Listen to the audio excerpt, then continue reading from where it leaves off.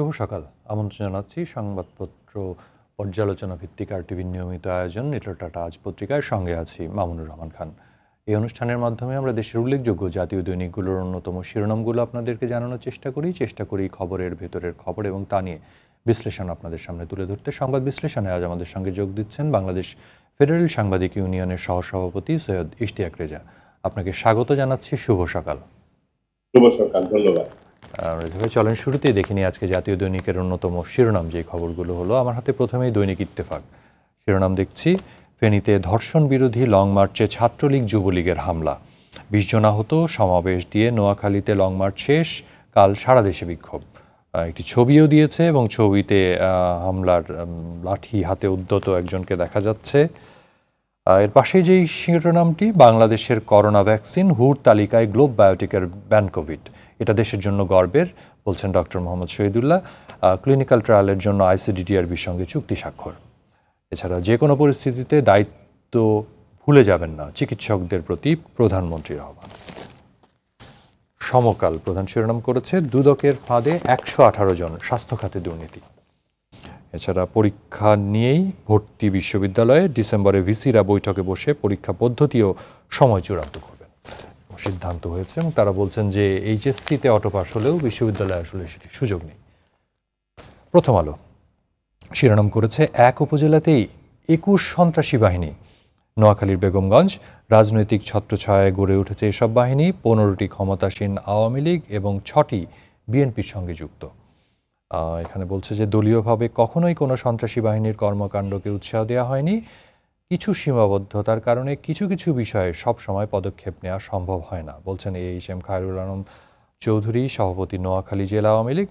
অপরদিকে বিএনপির সাধারণ সম্পাদক নোয়াখালী জেলার আব্দুর রহমান, তিনি বলছেন যে বিএনপি কারো বিরুদ্ধে সুনির্দিষ্ট কোনো অভিযোগ পাওয়া গেলে সেক্ষেত্রে দল অবশ্যই তার বিরুদ্ধে ব্যবস্থা গ্রহণ করবে। তবে বিএনপি নামধারী কেউ আওয়ামী লীগের নেতাদের প্রশ্রয় থেকে যদি কোনো অপকর্ম করে তার দায় বিএনপি নেবে না। নিশ্চয়ই শুনবো এই বিষয়ে আপনার কাছে। এর পাশে দেখছি, আস্থা ফেরাতে পুলিশের সচেতনতা কর্মসূচি, নারীর প্রতি সহিংসতা প্রতিরোধ। পেছনের পাতার একটি শিরোনাম, উৎসব আর ত্রাসের ভোট, ঢাকা 5 ও নওগাঁ 6 ভোটে কারচুপির প্রতিবাদে নওগাঁর রানীনগর ও আত্রাই উপজেলায় হরতাল ডেকেছে স্থানীয় বিএনপি। ঢাকা 5 আসনে ভোট পড়ার হার 10.43%, বিজয়ী আওয়ামী লীগের প্রার্থী কাজী মনিরুল ইসলাম। আর নওগাঁ 6 আসনে ভোট পড়ার হার 36.44%, বিজয়ী আওয়ামী লীগের প্রার্থী আনোয়ার হোসেন। দৈনিক যুগান্তর সেই হামলার ছবি এবং শিরোনামটি করেছে, সন্ত্রাসের জনপদ বেগমগঞ্জের 8 ইউনিয়ন, বাহিনীগুলোর নেপথ্যে রাজনৈতিক আশীর্বাদ, স্থানীয় আওয়ামী লীগের মধ্যে একতা নেই, সেই সুযোগ কাজে লাগিয়ে অনুপ্রবেশ হচ্ছে, এরাই বিভিন্ন অপরাধমূলক কর্মকাণ্ডে জড়াচ্ছে, জেলা আওয়ামী লীগের সভাপতির বক্তব্য। নিচেই দেখছি, ময়নাতদন্তে প্রাথমিক রিপোর্ট, রায়হানের শরীরে 97টি আঘাতের চিহ্ন, কোথাও কোথাও 111টি দেখলাম আমি। মৃত্যুর 2-4 ঘন্টা আগে করা হয় নির্যাতন, 2টি আঙুলের নখ উপড়ানো, বিভৎস নির্যাতনের বর্ণনা। এর পাশেই দেখছি, কক্সবাজারের চেয়ে 18টি উন্নত সেবা ভাসানচরে রোহিঙ্গাদের আশ্রয়ন প্রকল্প। পেছনের পাতার একটি শিরোনাম, 3 বিমানবন্দরের রানওয়ে উন্নয়নের প্রস্তাবিত ব্যয় পরামর্শকেই 18 কোটি টাকা। তিনি কালের কণ্ঠ শিরোনাম করেছে, তৎপর মাঠ প্রশাসন, করোনার দ্বিতীয় ধাক্কার আশঙ্কা, 20 অক্টোবরের মধ্যে পরিকল্পনা দিতে মন্ত্রিপরিষদ বিভাগের নির্দেশ, সরকারি দপ্তরের নো মাস্ক নো সার্ভিস করার চিন্তা, প্রথম ধাক্কার অভিজ্ঞতা থেকে প্রস্তুতি নেওয়া হচ্ছে, পরিকল্পনায় প্রাধান্য পাচ্ছে কৃষি, প্রাণী সম্পদ, খাদ্য সরবরাহ ও দরিদ্র জনগোষ্ঠী। এর নিচেই আছে, মধ্যবর্তী নির্বাচনের দাবি তুলবে বিএনপি, নির্বাচন কমিশন বাতিল, নির্বাচনকালীন সরকারের দাবিও আসছে। পেছনের পাতার শিরোনাম, 2 আসনের উপনির্বাচনে নৌকার প্রার্থীর জয়, ঢাকায় ভোট পড়েছে 10.43%, নওগাঁ বিএনপির আধাবেলা হরতালের ডাক। এছাড়া চট্টগ্রাম বিমানবন্দর দিয়ে সোনা আনার হিড়িক, শুল্ক দিয়ে 15 দিনে 45 কেজি সমপরিমাণ বার এনেছে যাত্রীরা। দৈনিক দেশ রূপান্তর প্রধান শিরোনাম, অশান্ত পাহাড়ে আতঙ্ক, রাজনৈতিক সমাধান জরুরি বলছেন নেতারা, 4 দলের অভ্যন্তরীণ কোন্দলে পাহাড় থমথমে, পার্বত্য শান্তি চুক্তির বাস্তবায়নেই পাহাড়ে শান্তি নিহিত, 22 মাসে 33 খুন।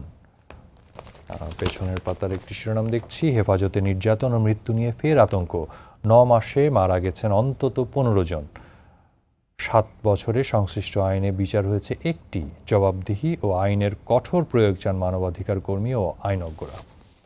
এছাড়া আরেকটি শিরোনাম দেখছি, গণফোরামে শৃঙ্খলা ভঙ্গের অভিযোগ, মন্টু সাঈদ, সুব্রত সহ 8 নেতা বহিষ্কার, 12 ডিসেম্বর কাউন্সিলের তারিখ ঘোষণা। সবশেষে দ্য ডেইলি স্টার, ভয়ঙ্কর বায়ু দূষণের ছবি দেখতে পাচ্ছি, শিরোনাম করেছে বেলচিং আউট ডেথ। এছাড়া Bangladesh asked to be in clinical trial says Modi regarding Indian vaccine candidates। বিভিন্ন রকমের শিরোনাম দেখছিলাম, তার মধ্যে একটি ছবি প্রায় অধিকাংশ জাতীয় দৈনিকের প্রথম পাতাতেই দেখছি, সেটি হচ্ছে যে গতকালকে নারী নির্যাতন এবং বিচারহীনতার বিরুদ্ধে যেই লং মার্চ, সেটি ফেনীতে হামলার শিকার হয়েছে এবং অভিযোগ করা হচ্ছে যে ছাত্রলীগ যুবলীগ এই হামলা চালিয়েছে। যদিও ছাত্র যুব নেতারা অভিযোগ অস্বীকার করছেন এবং তারা বলছেন যে লং মার্চ থেকে স্থানীয় এবং জাতীয় নেতাদের নামে আপত্তিকর পোস্টার সেখানে প্রদর্শন করা হচ্ছিল, তাতে ক্ষুব্ধ হয়ে কেউ কেউ হামলা চালাতে পারে। এই বিষয়টি দিয়ে যদি আলোচনা শুরু করেন সৈয়দ ইশতিয়াক রেজা। ধন্যবাদ আপনাকে। এটা অত্যন্ত দুঃখজনক এবং আমি বলবো যে অপ্রত্যাশিত ঘটনা। রাজনৈতিক সংস্কৃতি আমাদের এই পর্যায়ে পড়েছে যে একটা শান্তিপূর্ণ ধর্ষণ বিরোধী মিছিল, রোড মার্চ, যেটাই হওয়ার কথা, মানে বামপন্থী দলগুলোর সারা পৃথিবীতে কর্মকাণ্ডগুলো অনেকটা কিন্তু এরকমই হয়ে থাকে। হয় তারা রোড মার্চ করে, না তো লং মার্চ করে যে কোনো দাবির পরিপ্রেক্ষিতে।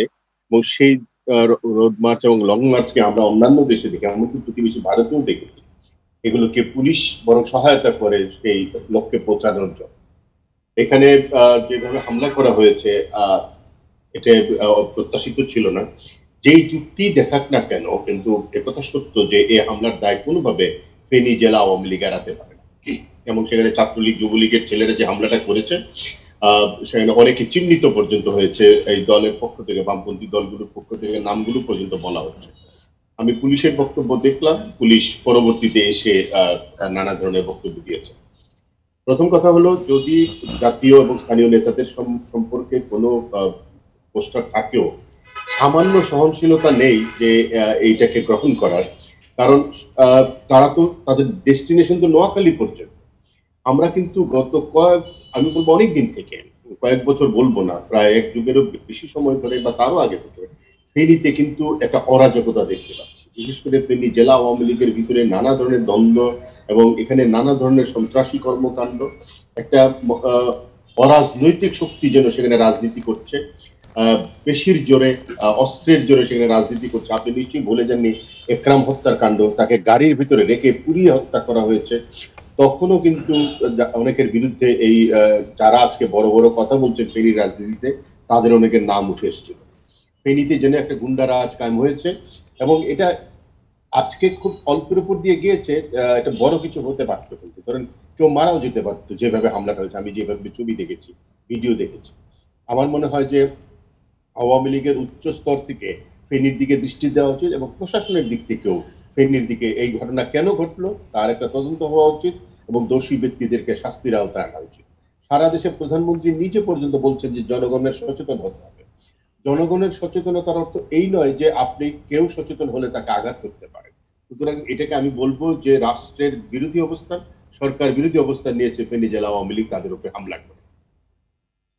জি, আমরা দেখলাম যে কালকে লং মার্চটি নোয়াখালীতে গেল এবং সেখানে বেগমগঞ্জ যেই ন্যাক্কারজনক ঘটনাটি ঘটেছিল এবং সেটি নিয়ে কিন্তু একটি প্রতিবেদন দেখছি প্রথম আলো। যে মনে আছে ফেনীতে কিন্তু এর আগে সাংবাদিকদের উপর হামলা হয়েছে, প্রধানমন্ত্রীর পরে সাংবাদিকরা কভার করতে গিয়ে সাংবাদিকদের সাথেও কিন্তু ফেনী জেলা আওয়ামী লীগের নানা সময় ফেনীতে কোনো মিছিল চট্টগ্রাম যেতে, নোয়াখালী যেতে, ফেনীতে গিয়ে আক্রমণের শিকার হয়, হামলার শিকার হয়। ফেনী কি বাংলাদেশ থেকে বিচ্ছিন্ন কোনো এলাকা? এই প্রশ্নটি আমি যে শিরোনামটি বলছিলাম, প্রথম আলো একটি শিরোনাম চেপেছে যে এক এলাকাতেই 21টি সন্ত্রাসী বাহিনী। এটি পাশের জেলা নোয়াখালীর বেগমগঞ্জের চিত্র এবং সেখানে বলা হচ্ছে যে তাদের অনুসন্ধানে বের হয়ে এসেছে 15টি ক্ষমতাসীন আওয়ামী লীগ এবং 6টি বিএনপির সঙ্গে যুক্ত। যদিও দলীয়ভাবে তারা বলছেন যে কোনো কেউই নিশ্চয় সন্ত্রাসী বা সন্ত্রাসী কর্মকাণ্ডকে সহায়তা করে না, কিন্তু প্রশ্ন হচ্ছে যে তাদের নাম ভাঙিয়ে বছরের পর বছর এই ধরনের অপকর্ম কিভাবে চলছে, তাহলে তারা কি না দেখে থাকলেন এবং স্থানীয় আইনশৃঙ্খলা বাহিনী বা এই ঘটনাগুলোর দায় কিভাবে এড়াবেন? কেউ না দেখে থাকেনি রুমেল, যেটা হলো যে আমাদের প্রায়ই বলা হয় সন্ত্রাসীর কোনো দল নেই, দুর্বৃত্তের কোনো দল নেই, কিন্তু সন্ত্রাসী, দুর্বৃত্ত, কালোবাজারি এদের দল থাকে, এদের দলীয় পরিচয় থাকে, এটা আমরা দেখতে পাচ্ছি। এবং এই যে রিপোর্টটির কথা আপনি বললেন, এই রিপোর্ট আমরা নানা দিন থেকে দিক থেকে পেয়েছি এবং বহুদিন ধরে শুনছি যে বিভিন্ন জায়গায়, নোয়াখালী সহ দেশের বিভিন্ন অঞ্চলে বিভিন্ন বাহিনী, এই বাহিনীগুলোর নেতাদের, বড় বড় নেতাদের সাথে এই বাহিনী প্রধানদের ছবি আছে এবং তাদের সাংগঠনিক পদ আছে। সুতরাং দল থেকেই এদেরকে আসলে নানা ধরনের পদ পদবি দেওয়া হয়েছে, অথবা তারা দলকে ব্যবহার করছে, যে কোনো একটা দলকে যদি তারা ব্যবহার করেও থাকে, দলের নাম ভাঙিয়ে যদি কিছু করে থাকে, সেটার দায় দায়িত্ব কিন্তু দলের, এই কারণে যে দল তাদেরকে নিয়ন্ত্রণ করতে পারছে।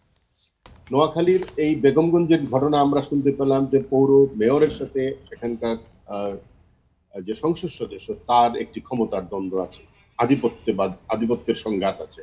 তেমনি সেখানে ইউনিয়ন পরিষদের চেয়ারম্যান, মেম্বার, নানা দল উপদলে বিভক্ত। আমরা সারা দেশেই দেখতে পাচ্ছি এমপি সাহেবদের সাথে মেয়র, উপজেলা চেয়ারম্যান, ভাইস চেয়ারম্যান, এদের নানা ধরনের দ্বন্দ্ব আছে। এই দ্বন্দ্বগুলো কাজে লাগাচ্ছে হলো সন্ত্রাসী বাহিনী, এই ধরনের গ্যাং, কিশোর গ্যাং ইত্যাদি ইত্যাদি, নানা যুবকদের গ্যাং ইত্যাদি, এবং তারা একটা অরাজক অবস্থা কায়েম করেছে।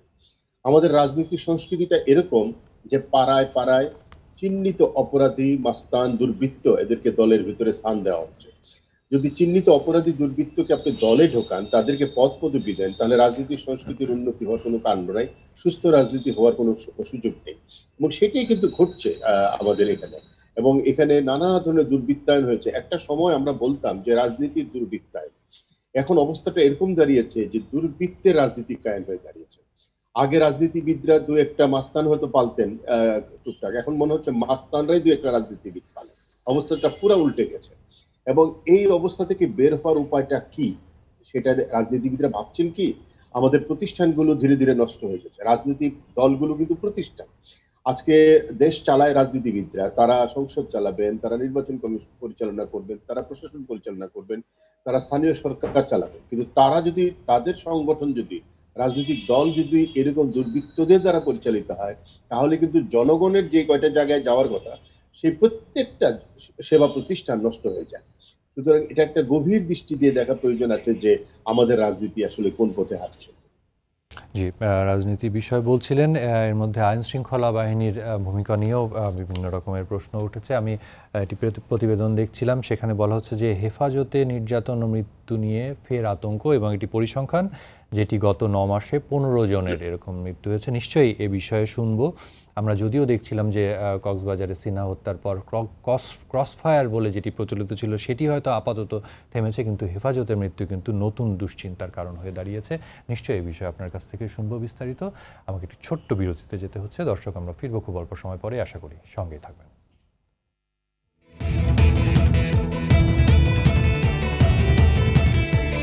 বিরতির পর আবারও স্বাগত জানাচ্ছি লিটল টাটা আজ পত্রিকার সংবাদ বিশ্লেষণে। আজ আমাদের সঙ্গে আছেন বাংলাদেশ ফেডারেল সাংবাদিক ইউনিয়ন সহসভাপতি সৈয়দ ইশতিয়াক রেজা। রেজা ভাই, বিরতির আগে যে প্রসঙ্গটি নিয়ে আমরা কথা বলছিলাম সেটি হচ্ছে হেফাজতে মৃত্যু। আমরা দেখছি যে মানবাধিকার সংগঠনগুলোর হিসেবে এটি বাড়ছে, এবং গতকালকে আপনি জানেন যে সিলেটে যে হেফাজতে রায়হানের মৃত্যু হলো, তার পুনঃ ময়নাতদন্তে দেখা গেল তার শরীরে ১১১টি, কোথাও দেখছি ৯৭টি, প্রায় শতাধিক আঘাতের চিহ্ন, এবং চিকিৎসকরা যেটা বলছেন যে মৃত্যুর ৩-৪ ঘন্টা আগেই তাকে এভাবে নির্যাতন করা হয়েছে, যার ফলে তার মৃত্যু হয়েছে। প্রধান অভিযুক্ত যেই আকবর, সে কিন্তু এখনও ধরাছোঁয়ার বাইরে, যে কিনা শুরু থেকে কিন্তু পুলিশি হেফাজতেই ছিল। পুরো বিষয়টিকে কিভাবে আপনি বলবেন? মানবাধিকার কর্মীদের বক্তব্য দেখছিলাম যে তারা বলছেন যে এই ধরনের ঘটনাগুলোর, অতীতে যে ঘটনাগুলো ঘটেছে সেগুলো দৃষ্টান্তমূলক শাস্তি না হওয়াতেই পরিস্থিতি এই অবস্থায় এসে দাঁড়িয়েছে। পুলিশের মনে হচ্ছে যেন ক্রসফায়ার বন্ধ, হেফাজতের মৃত্যু শুরু, এরকম একটা ঘটনা শুরু হয়েছে। আকবর পালিয়েছে। সিলেটের ঘটনার পরপর আপনি নবাবগঞ্জে দেখেছেন একটা একই রকমের ঘটনা, পুলিশি হেফাজতে মৃত্যুর ঘটনা ঘটেছে।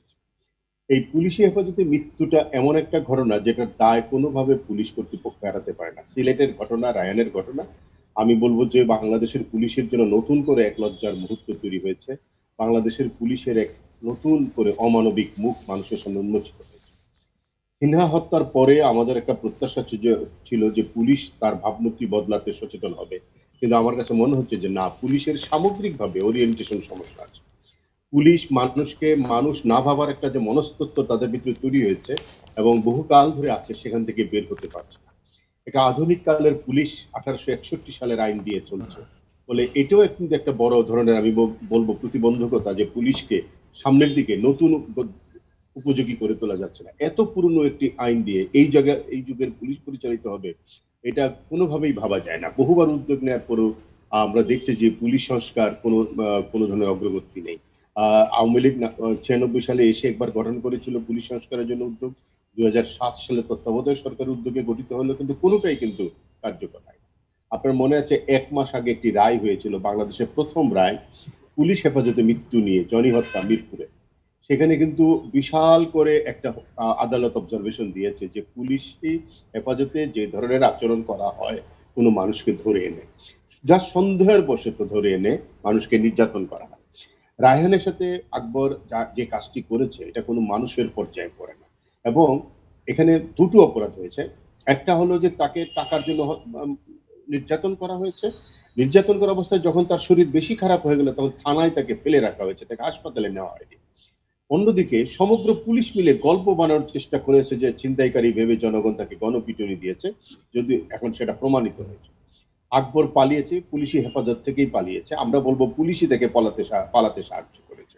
এই দায় বাংলাদেশের পুলিশ বাহিনীকে নিতে হবে। বাংলাদেশ কি কেবল দুই একজন অত্যন্ত প্রভাবশালী কিংবা ক্ষমতাশালী মানুষের, নাকি এই দেশের মানুষের দেশ?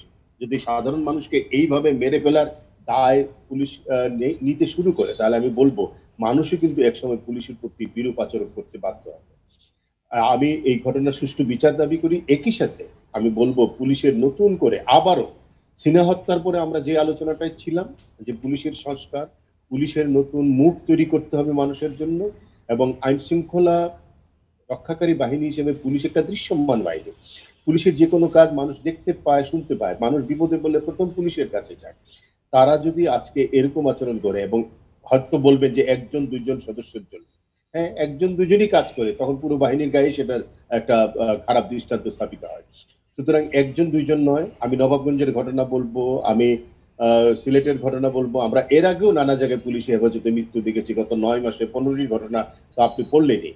সুতরাং এই প্রত্যেকটি ঘটনার পুলিশের যে প্রধান পরিদর্শক বেনজির আহমেদ, তিনি যে কথাটা বলছেন যে তিনি পুলিশের শৃঙ্খলা চান, পুলিশকে মানবিক করে তুলতে চান, মানুষের পুলিশ করে তুলতে চান, এবং বঙ্গবন্ধুর জন্মশতবার্ষিকীর যে স্লোগান, যে জাতির পিতার জন্মশতবার্ষিকীতে পুলিশ হবে জনতা, সেটা যেন একটা স্লোগানেই পরিণত না হয়, স্লোগানেই থেকে না যায়, সত্যি সত্যি যেন পুলিশের ভিতরে একটা পরিবর্তন আসে। আজকে দুর্নীতি করে বহু টাকা অর্জনের কথা আমরা শুনি পুলিশের মুখে। এসআই আকবর সম্পর্কে শুনছি, মাত্র 6 মাসের চাকরিতে, এবং এই বন্দর বাজারেই তিনি 6 বছরের চাকরিতে তিনি অঢেল সম্পদের মালিক হয়েছেন। এবং এগুলো কি করে করেছেন? ওই যে 10,000 টাকার জন্য নির্যাতন করেছেন, মানুষ ভয়ে তাদের টাকা দিয়ে দেয়। এই অবস্থার পরিবর্তন প্রয়োজন, নয়তো এই দেশের শাসন ব্যবস্থা ভেঙে পড়বে। এটা শুধুমাত্র আমি বলবো যে গুটি কয়েক পুলিশের কাজ নয়, সামগ্রিক পুলিশ প্রশাসনের দক্ষতা, সক্ষমতা এবং তাদের কিন্তু ভাবমূর্তির একটা প্রশ্ন ক্ষেত্র। পুলিশ যদি এই অবস্থায় চলে যায়, তাহলে মানুষ আসলে কার কাছে বিচার চাইবে? পুলিশের কাছেই তো মানুষ যায়। আমি বলবো যে রায়হানের ঘটনা দ্বিতীয়বার ময়নাতদন্ত শুরু হয়েছে। প্রথমবার ময়নাতদন্তে কোনো কিছু পাওয়া গেল না কেন, সেটারও জবাবদিহি করতে হবে।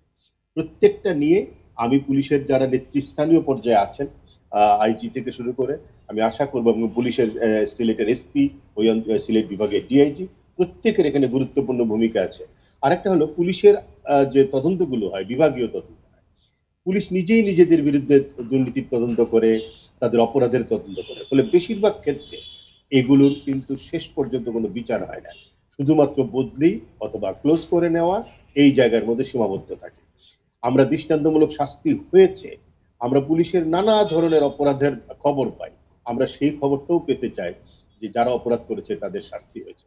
সেই খবরটা কেন আমরা পাই না, এই জিজ্ঞাসা রাখছি আপনার মাধ্যমে। একটু অন্য প্রসঙ্গে আসি।